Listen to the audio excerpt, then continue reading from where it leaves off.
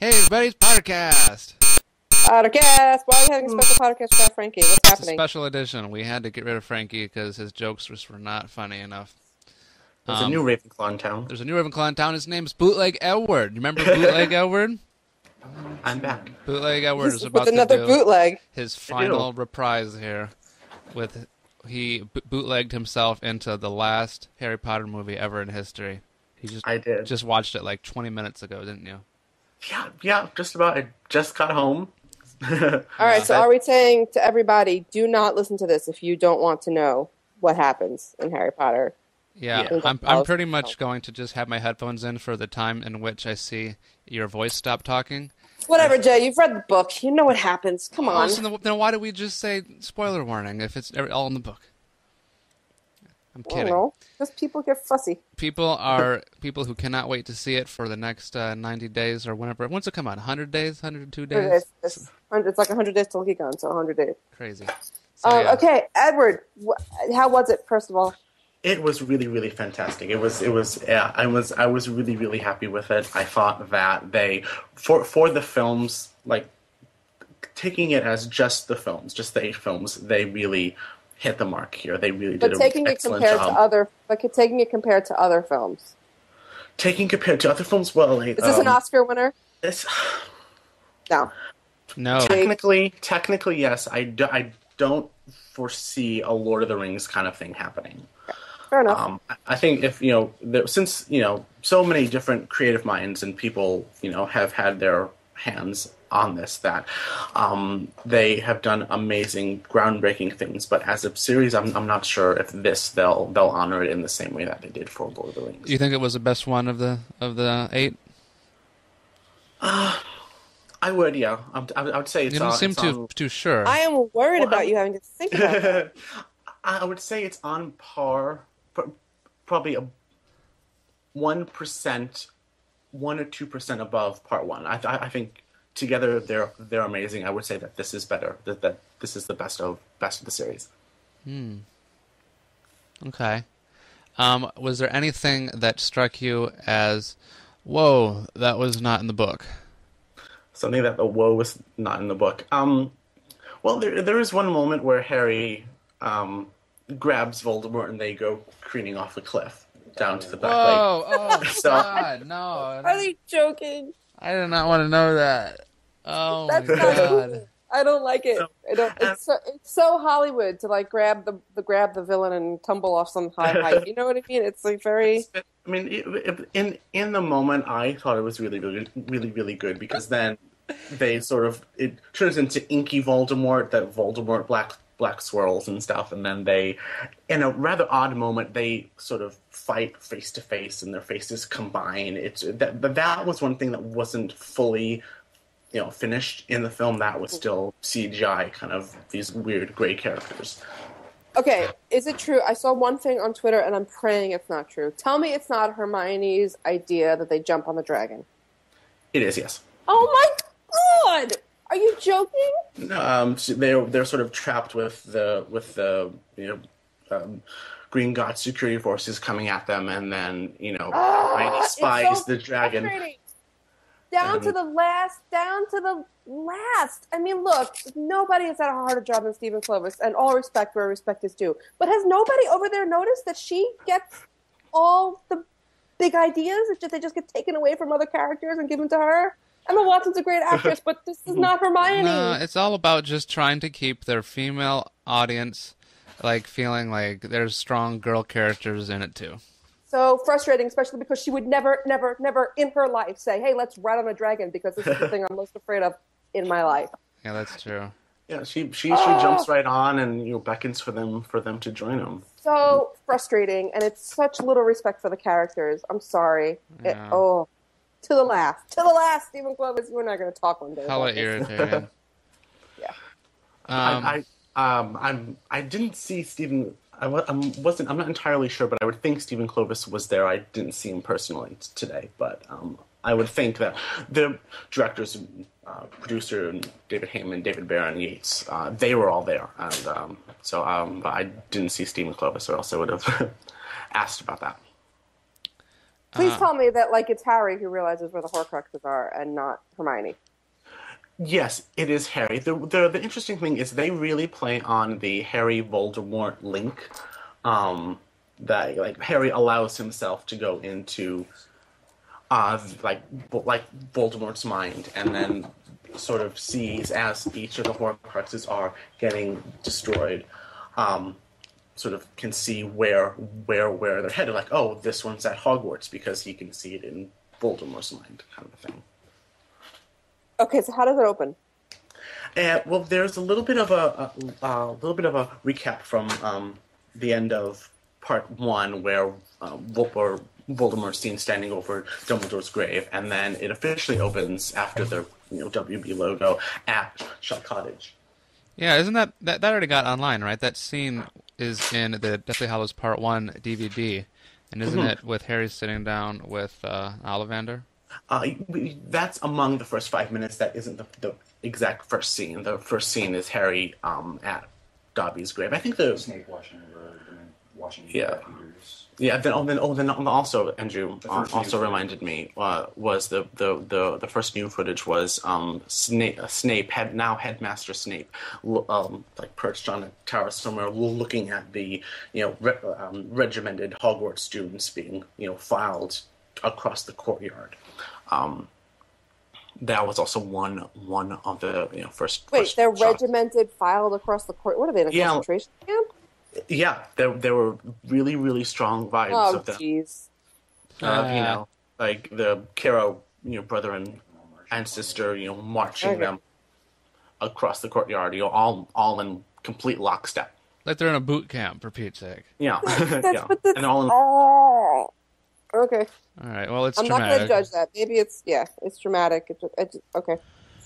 And Hogwarts is very dark and gray and gloomy, and the whole look there, and gets destroyed in amazing ways. Just the kind of destruction and carnage and rubble rather that they were able to put there as the actual battles are taking place was that was really cool. Was there a lot of people in the audience like losing it, crying and stuff at the end? I didn't see that. Well, at least not in my section. The moments that brought you close to cheering up and crying, I'd have to say would be the Prince's Tale memory. How was Lily. that? Yeah, was that good? How was that? That was really, really good. That was Alan Rickman, does it do more than go? Was there more like personality to his voice when he was younger? Too young Snape. Yeah, or even when he's talking to when he comes back to Hogwarts or whatever, and he's like, Albus, you have to help me or whatever. Like, oh, he was that Rickman's performance throughout this entire film is in my opinion fantastic, and maybe the best in this film. He is used a lot. There are a lot of for the Prince's Tale flashbacks and for what he does at the castle, like the battle between or the fight between McGonagall and Snape. He does that very, very. There is the duel. There is the duel. It different from the book. It takes place in front of the entire school. Headmaster Snape brings the entire school down to the Great Hall to question them about whether Harry has made it to Hogwarts, and Harry actually sneaks into that area by pretending to be one of the rank and file Hogwarts class members next to gosh, Ginny. that's so Lord of the Rings. And Snape goes like, if anyone has information on his whereabouts, tell me now. And Harry runs out, and they stand there, and McGonagall pushes Harry aside and duels with Snape, who turns into the ink smoke and blasts through the window. Wow. Oh, right, because you can have Hogwarts in this version. No, there's no inky smoke rule about Hogwarts. So. Yeah. It's just really funny because all the you can't operate at Hogwarts thing goes out the window, and then Draco has to spend a year trying to fix the cabinet to get them in, and they could have just apparated. Yeah. Only just funny that Joe's sitting there writing all these creative ways to do everything, and for the movie, it's just like, well, let's turn them into smoke monsters. Okay. Is at Snape's death, is there the look at me? Yes, there is. Thank God. That was done really, really well. This was one of the visual effects that was not complete, but during his death, it was his tears that Harry, or like something God. on his cheek, because they had the different title. There was a lot that wasn't finished, and then they had little title cards where some stuff should be, and it says tears start to fall down Snape's face, and he puts a little flask up to his cheek. So it could be tears, it could be the memory seeping out somewhere, but Wait, they had title cards? That's so weird. There was a lot that was not finished. There was a lot of green screen. There was a lot of CGI effects. There were a lot of stuff that was just not finished. Triple, quadruple what was not finished at the preview screening last time. That's crazy. That's a really weird way to see the movie.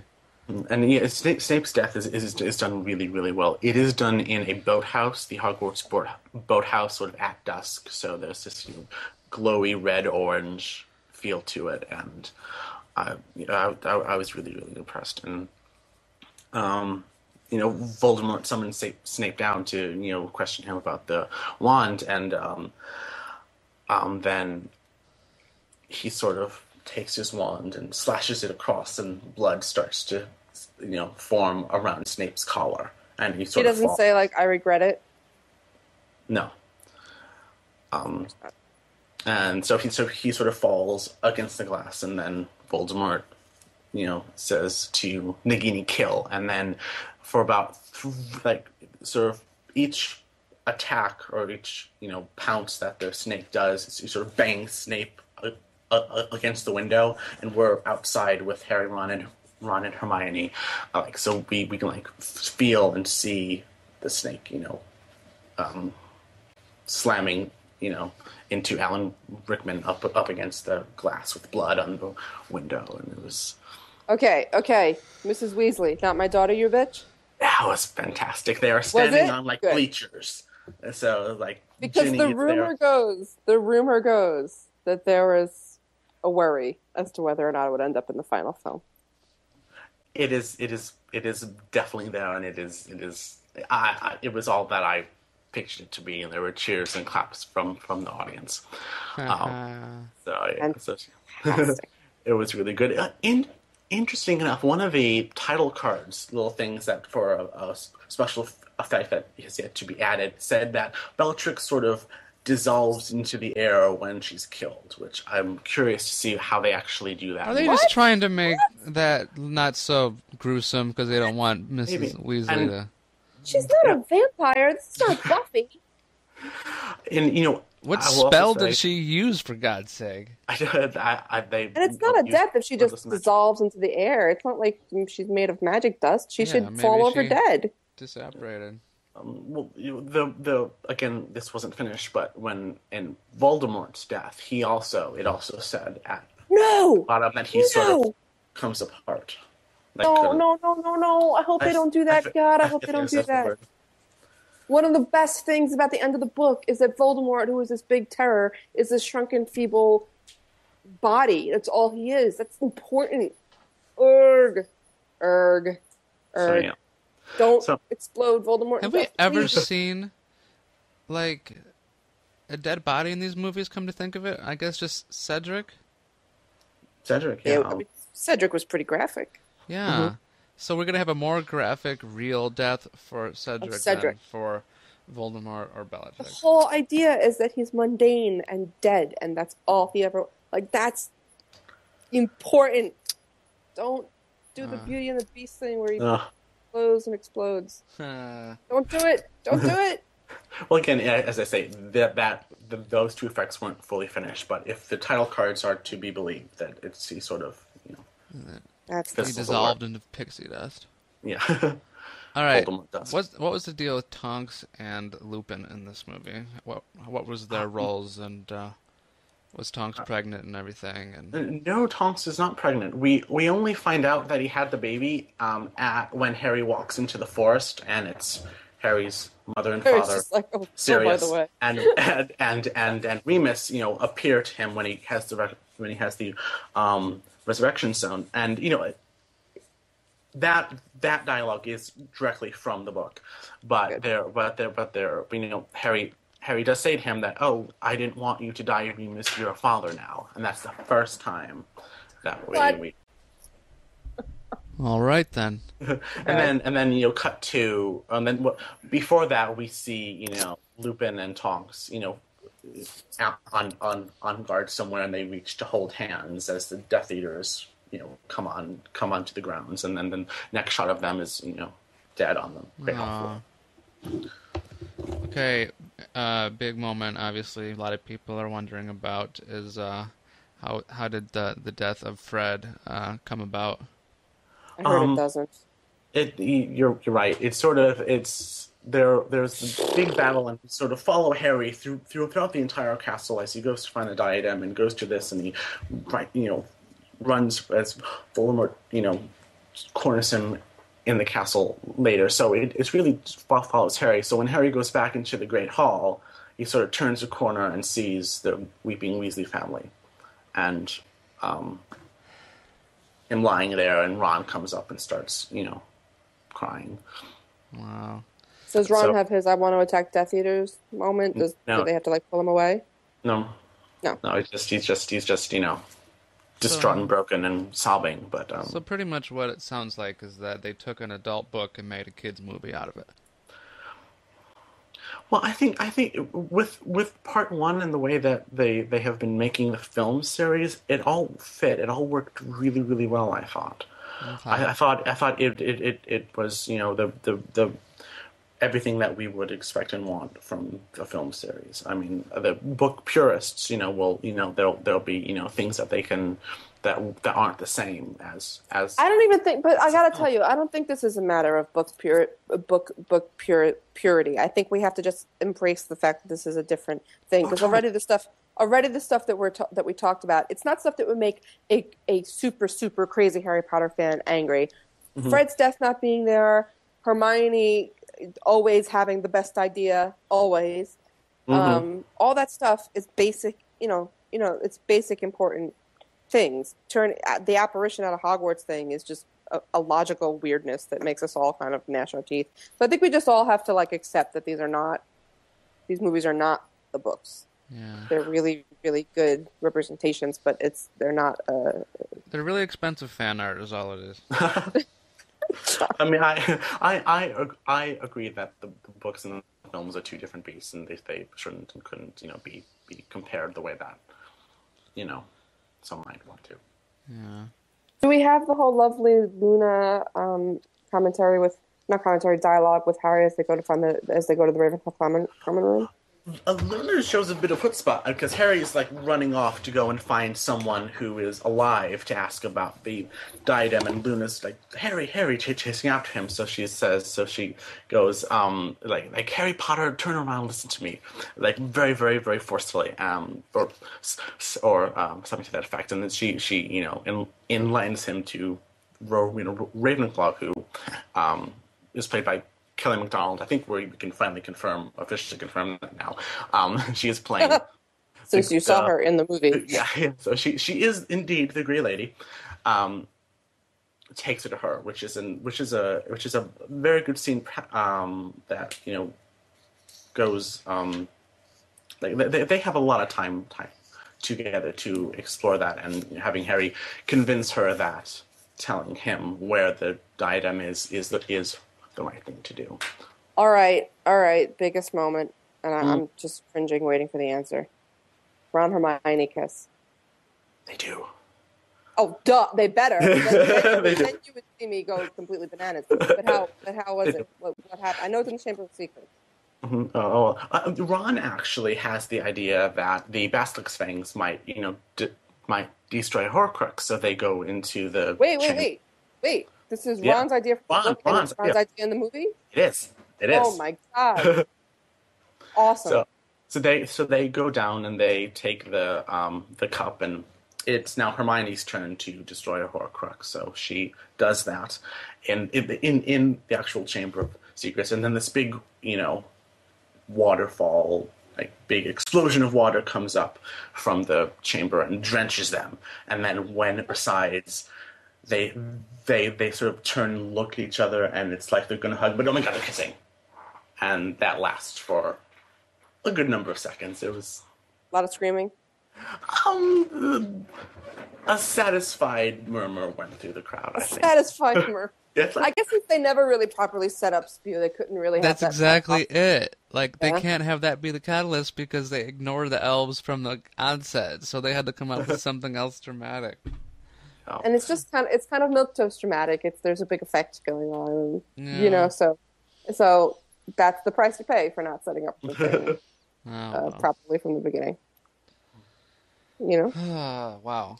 There's so much to ask. There's 100 things, but like, what are we here to do? Are we here to get everything, or I want to know some the of the big stuff? The big stuff. Because like, well, Voldemort's been recruiting. There are 10,000 Death Eaters. Insane. It's retarded. It's like. I'm even that sorry. many This isn't wizards. Lord of the Rings. We don't need to have like this big orc showdown. It was kind of. See, that's the thing. Is I remember thinking when I read book 7, it was like, this is the fate of the Wizarding World. Yes, but this is a small world, so this battle is probably only a couple of hundred people at the most. Yeah, at the very most. So they couldn't stop themselves from thousands of Death Eaters. Thousands. Like the Death Eaters, when we see them in their meetings, like. You would think that, like, if there were more Death Eaters than that, like, what, is this supposed to be Death Eaters senior staff, and then, like, there's some other Death Eaters just waiting to get the messages? Like, no, those are the Death Eaters. That's it. I'm surprised there are others and other followers, but it's like the core should be representative of the large group. If you only have 10 people at the core, it's not that huge of a group, but the battle wasn't. I mean, maybe there were 50 Death Eaters in the forest when Harry went. Maybe 100. Mm-hmm. Maybe there were 100 students at Hogwarts fighting, and then the staff and everybody else who came back in. Yeah. So like, I just wish somebody would have like steadied somebody's hand and said, "It's okay if this is not the size of Lord of the Rings. This is not." But I feel like they, the Warner Brothers and all them are probably like. Why would we want to make our movie look like less of a big deal than Lord of the Rings by not even having enough people here so it's the same scale as something like a Lord of the Rings? That's such a fundamental misunderstanding of the books. Right. Well, that's indicative I know to a lot of decisions. It's indicative. Yeah. I know you're agreeing with me. It's like a fundamental you're not going to get to the numbers height of Lord of the Rings and the grandeur of that. The grandeur in Harry Potter is the one-on-one interactions and the realizations and the that stuff, and it's just not I just wish somebody had said, like, you don't need to do this. There's a modest strength in pulling back the reins when you can, and not just pushing all of your explosion buttons and your extras buttons and your everything else just for the sake of it. Whatever. I will say that for scenes like the forest, and then at the end when Harry comes back to life, there are an appropriate number of Death Eaters there. It isn't the legions and legions that are shown rushing, like standing on like a cliff on the other side of the Black Lake, looking out at Hogwarts, kind of a thing. And many die. So the confrontation, the final, just Harry and Voldemort, or is everybody around them? It is just Harry and Voldemort. I'm gonna hurt something. Well, Voldemort sort of chases Harry around the castle, kind of a thing. Well, Hagrid, who has one line in the film, brings Harry to the courtyard where Neville's there with the Sorting Hat, and they all come out, and Harry sort of leaps from life, and starts ducking and dodging away as Voldemort tries to kill him again, and they sort of go on in this little chase. Go through the chase through the castle and the bridge and the towers, and ended up at that cliff or like a gaping hole in the tower of Hogwarts, and Harry has a line. We should end this the way that we began, together, and latches onto him and tumbles off the tower. We should end this the way that we began it, together? Together, and then they grab him. Romantic. Yeah. your He life. gets- And so he goes hurling himself off the Hogwarts Tower as if Yeah. like no regard for like gravity or anything. Yeah, I they don't sort of they understand. tumble. So happening? stupid. I'm sorry, it's stupid. Like It's Harry comes out of the Great. crowd and walks confidently towards Yep. Voldemort Yep. and talks to him confidently, Yep. and they do it, and it's done. And Harry is the like, man at that yeah. moment. He has to be. He has full control over the situation. He's confident in the Elder Wand. He knows what's up. Not, oh, let's chase him around the castle, and then let's go up the stairs, and let's hurl off the tower, and let's run around, and let's go to the courtyard, and then give me a break. It goes from the way that Harry Potter, it's a different series. The culmination of it is different than anything else we've ever seen, and they've taken it back to Yeah. Formulaic Hollywood. Dun dun dun! The hero and the villain are going to have the final confrontation, and Basically, just take beat the everything drums. that's special about it and make it like everything else, because that's what you're used to creating. I mean, it definitely is a movie, and I'm sure when everything's finished, it's going to be amazingly beautiful and it's gonna be totally great. cinematic. But it's, I'm it's I just don't not. doubt that I'm Great. gonna love it. It's just Mhm. frustrating to see, you know, Oh yeah, them having I'm to with you. Could have been make it so like much everything better. else. They trust in the story, they trust in the story, they trust in the story, except when it comes to making the hard choices. And that's what I was so excited about from the first Deathly Hallows, was that they made some hard choices to slow things down, really tell the story. And I thought maybe that would carry through to 2 when they had to do hard things, like not have 10,000 Death Eaters, and have a confrontation where it really is one guy talking confidently, walking around calmly, Yeah. you know? I'm sad to say that there really isn't any dialogue save for that one scene we saw in the trailer or the preview a couple months ago where, why do you live? Because I have something to live for. Wait, Harry doesn't talk to him at all at the end? I know they sort of they fall off the cliff and then they sort of tumble down and do this tumble off that, and you know what, Harry does call him Tom at one point, but they tumble off and they do a ink swooping around the castle, and they land in the courtyard, and they're both on the ground and their wands are between them. They scramble to their wands. And Is there any mention of any of the Elder Wand lore at all? that's told through the flashbacks and through the King's Cross part with Dumbledore and Harry. The Deathly Hallows stuff is not mentioned at all in the King's Cross scene. Not to any sort of real effect. So how does he end up killing Voldemort then? Is it clear how he kills Voldemort? Is he confident that he's going to do it, or is this just like, well, I'm going to point my wand? Well, it's not like he's all that confident. He's running all around the castle like a maniac. That's what I'm saying. Well, he's seen Snape's memory, and so he knows all that. And the killing of Neville killing Nagini and Harry killing Voldemort do happen almost simultaneously. Neville slashes, cuts Nagini in half. Voldemort sees that, and then like the green part of the wand, takes over the red, and Voldemort dies. I mean, the Nagini death is at the last second. It's Neville kills Nagini at the same time as Voldemort?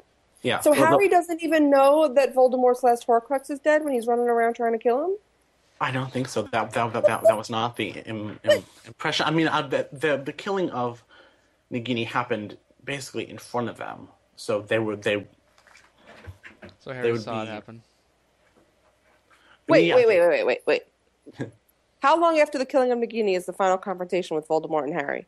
That's going on while Nagini is killed. No, what? Harry wouldn't do that until he knew that the Horcrux it's like Harry doesn't even know what's going on. Well, it happens like just also in the courtyard, so Harry and They Voldemort see it, that happening, and then they sort of turn back to each other, and that's when the green goes. but Harry wouldn't draw his wand on Voldemort until the Horcruxes were gone. He wouldn't do it.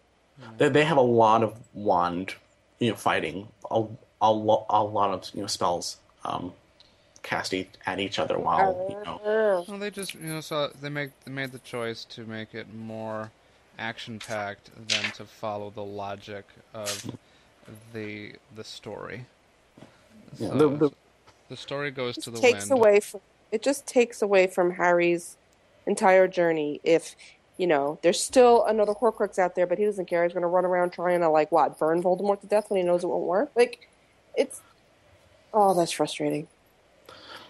That's frustrating as heck. And Harry's explanation to Ron and Hermione about the wand and Draco was the master and he took it from Draco doesn't happen until after, right? Yeah, that doesn't happen until after the battle and they're sort of standing on the now destructed the bridge, and then the trio has that conversation about that. However, wait. So they have the time in the they had the time in the movie, and they gave it to Harry, explaining it to the other two when there was no action, and this didn't even happen in the book. It's just kind of glossed over in the book. But I'm very confused. However, I was able to talk a bit to David Heyman afterwards, and okay. He actually said that during the Prince's Tale sequence, they are going to tweak some things and probably put in a shot of Draco with the wand and explaining that transfer better there. How do you do that? Tell me that's not part of Snape's memory.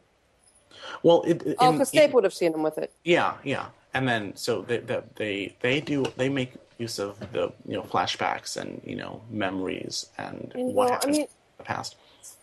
It's one thing to make sure the audience gets it. That all that makes sense. They have to, but Harry's whole MO here is just flat out wrong, and it's like they didn't think enough of J.K. Rowling's story not to rely on tried and true Hollywood tropes, and that is disappointing.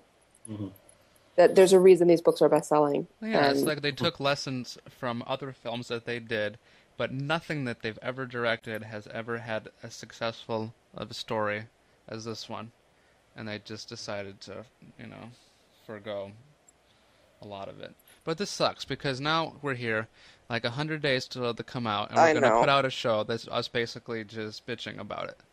I know, and I don't want to bitch about it having not seen it. I'm sure when I see it, it's going to be emotional and awesome, and I'm going to cry, and it's going to be great, and blah, blah, blah, blah, blah.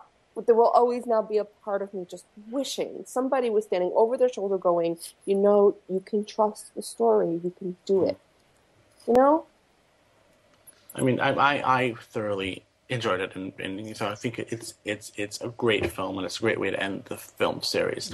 But for that, given that those changes have taken place and they have rearranged some things and added things and not kept in other things, I'm okay with that. Seeing them just as films, I'm okay. Yeah. Right. Well, it's like we're going to basically. I mean, I have no doubt that I'm going to enjoy it too. It's just going to be a matter of all right, at least now we're a little bit aware of where the shortcomings are, and we're going to love it despite of some of the weird things that happen. Mm-hmm. Because it is what it is, and we love it for what it is, and it's the last one that we'll ever have. Yeah, I'm almost glad we have some warning so that we can know going into the film, be ready. This is not going to be everything from. I mean, we should have been expecting that from film one. Yeah, but this is not a matter of. This is not a matter of of taking out some stuff or changing some minor things. There's been some pretty heavy duty, important thematic things that don't seem to be happening in this movie. So now we have that, and we're ready for it. How much attention did they pay in the epilogue to the kids?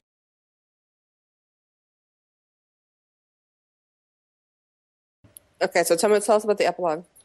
I thought the epilogue was very good. It was actually shorter than what I was expecting. We see, Harry has that conversation with Albus Severus about what if I'm sorted into Slytherin. So that's taken, I think, almost. Are they good? Are they good adults? Are they believable adults? I think they don't look like they've aged 19 years. That's fair though, because Wizards 19 years is not that much. Yeah, I think so. And then they also went back and refilmed this scene right over Christmas to make it more subtle. So Harry looks as if he's aged the most. Ron is a bit pudgier and nice. But I was. He absolutely would be. It is reminding of him cooking him food like his mom all the time. He's just gonna sit there happy and just getting chubby. He would. I was quite happy with the epilogue. I don't think Ron speaks at all, though. He just sort of stands there and looks off at his kids. Of course not. The last scene of the entire eight film series. Why should anyone but Harry and Hermione speak? It's like the end of 6. And I wasn't able to tell fully that I don't know if Remus and Tonks's. I don't know if Remus and Tonks' son There's no Teddy. There's there. I don't think so. Not really bothered about that. Trying to think of other big things. How was Gringotts? Gringotts was really, really good. It's a definite roller coaster type of experience. That was something that was not fully finished. There was a lot of CG there, but they go through Gringotts pretty quickly. The running time for the film is this cut without credits or anything else is just about 2 hours, or an hour 58, hour 59. Short. Yeah. They're outside of Hogwarts for about 30 minutes, and then the rest takes place at Hogwarts or so. So they go through Shell Cottage and they go through Gringotts really, really quickly. They have maybe about a minute and a half doing the Bellatrix Hermione character switch, and then they go through that waterfall, and then she's back to being full Hermione. How was Helena Bonham Carter at being Emma, being her? She was really, really good. There was one scene where they're hiding out in a corridor before they go in, and then you could see that she has Hermione's mannerisms and the breathing and the eyes and all that. And there was this very funny moment where Bellatrix, or Hermione as Bellatrix, is walking through the silent Gringotts main corridor and these marble floors and high heels, and then she stumbles at every other step because she's wearing Bellatrix's 5-inch heels. So that was a pretty cute moment and brought it back to that's Hermione trying to walk in 5-inch heels. So that was very good. That's funny. Cute. Wow. Well, I think we had about enough. Yeah, I have to nurse my anger. Oh no. Well, it's just, there's just some real fundamental. I thought Deathly Hallows Part 1 really got the fundamentals almost perfect, and I had such high hopes that the fundamentals would be right on too. And now I just got to get ready to just enjoy a roller coaster, awesome, fun movie, and not expect it to be the actual book. I mean, it definitely is a battle action based film, which for that at the end of the series, I enjoyed it and really liked it. So it's gonna make a ton of money. It's gonna be awesome. It'll be great to see it at LeakyCon. Yeah. Now I can wait. Now that we had this discussion, I can wait for LeakyCon to see it. All in all, it was a really, really good film. I think everyone will enjoy it if they. Cool. Awesome. All right. Well, thank you, Bootleg, for joining us. It's anytime. I'd say it's my. I think I must retire. Bootleg. Yeah, now. I got one more question. One more question for you. Yeah, what's up? You're done. You've got no new Harry Potter ever. No, How does that feel? It was weird. I was standing out in the lobby of the theater afterwards. Like that's it. That's the last time we'll ever see any new Harry Potter film. It's still sinking in, I think. I mean, I'm sure there'll be other things in the future. And in 30 years they're going to do a 35 exactly. series, and then we'll all get back together and do big budget 5 years after that. I mean, you guys, Star Wars had 3 more movies come out how long after the fact, and then what happened immediately after that? Freaking Clone Wars on Cartoon Network, and novels and everything else. John, do you really think Harry Potter is going to do prequels? No, not prequels, but I'm saying like it would be unprecedented to have a property that's still so well liked and have someone out there not say, well, what else can we do with this? Right. And not have something else come out. That's a fair point. 30 years, BBC.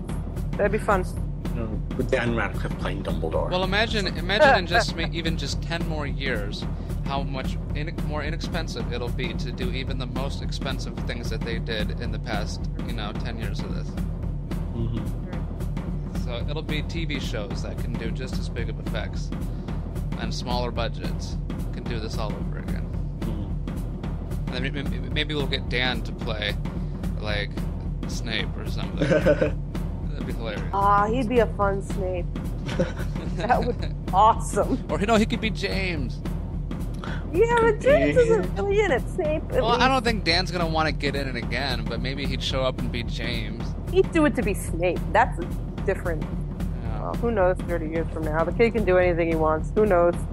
We'll do a musical of it. Do the musical version. Yeah. On ice. Dan. All right, well, thank you, Mr. Edward, for that. Of course, my pleasure, my pleasure. If you're still listening Edward's to gonna this, go write up lots of stuff for Leaky now. I am, yes. I'm gonna go Check through my out- notebook. check out a full write-up at leakynews.com. Yes. And stick with us now until Deathly Hallows and beyond for more chatting about this and things that we find out in all your latest Harry Potter stuff. Yeah, we'll be starting bit by bit of this movie next week. Yeah. It'll just be Edward. It does have stuff.